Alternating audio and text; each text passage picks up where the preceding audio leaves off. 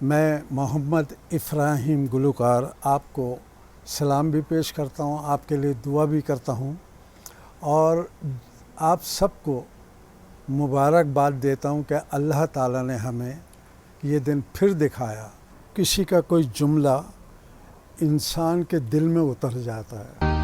زمین کی گود رنگ سے امنگ سے بھری رہے، زمین کی گود رنگ سے امنگ سے بھری رہے۔ خدا کرے خدا کرے خدا کرے صدا ہری بھری رہے، زمین کی گود رنگ سے امنگ سے بھری رہے، زمین کی گود رنگ سے امنگ سے بھری رہے۔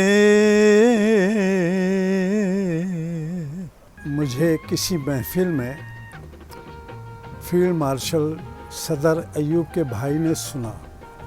جب انہوں نے سنا تو مجھے کہنے لگے، بیٹا ایک تو یقین نہیں آ رہا تم اتنے چھوٹے اور تمہاری مردانہ آواز محمد رفیع کے جیسی ہے، یہ جملہ تھا ان کا۔ ماشاءاللہ آپ کی پاکدار آواز ہے، اور اگر ترانہ وغیرہ ہو تب تو ٹھیک ہے کہ آدمی جوش سے گائے۔ اب وہ ایسے میرے ذہن میں بیٹھ گئی بات کہ جیسے کوئی گرہ میں باندھ لیتا ہے نا، بالکل وہ ہوا۔ اب وہ خدا کی قدرت، ایک قومی نغمہ گوانا تھا لوگوں نے، بس وہ پھر جو ریڈیو پر آیا اس کے بعد ٹی وی پر پھر وہ لائن لگ گئی آج تک الحمدللہ۔ ابھی میں آپ کو اپنے ایک نغمے کا پہلی لائن سنا دیتا ہوں، ٹھیک ہے؟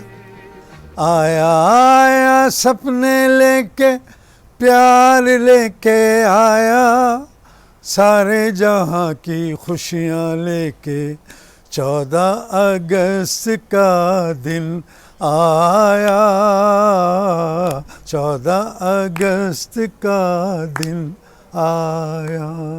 نغمے بہت گائے تھے، ریڈیو پر بھی ٹی وی پر بھی، لیکن ایک دفعہ مجھے فون آیا شعیب منصور کا کہ بھائی وہ ایک نغمہ کرنا ہے 14 اگست کے لیے۔ میں نے کہا اچھا، آپ آ سکتے ہیں فلاں ٹائم فلاں دن؟ میں نے کہا انشاءاللہ میں آتا ہوں۔ جب میں گیا ٹی وی تو کمرے میں دیکھا سہیل صاحب بیٹھے ہوئے تھے، سہیل رانا صاحب، تو کہنے لگے آؤ دوست بیٹھو۔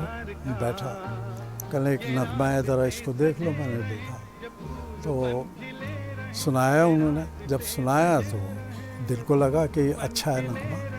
کہنے کیسا ہے؟ میں نے کہا اچھا ہے۔ کہنے اچھا ہے؟ میں نے کہا بہت اچھا ہے، چونکہ 14 اگست کے حوالے سے بات ہو رہی ہے تو میں یہی کہوں گا آپ کو کہ آپ جس ملک میں بھی ہوں، جس شہر میں ہوں، پاکستان کو سامنے رکھیے۔ پاکستان زندہ باد۔ امنگ سے بھری رہے۔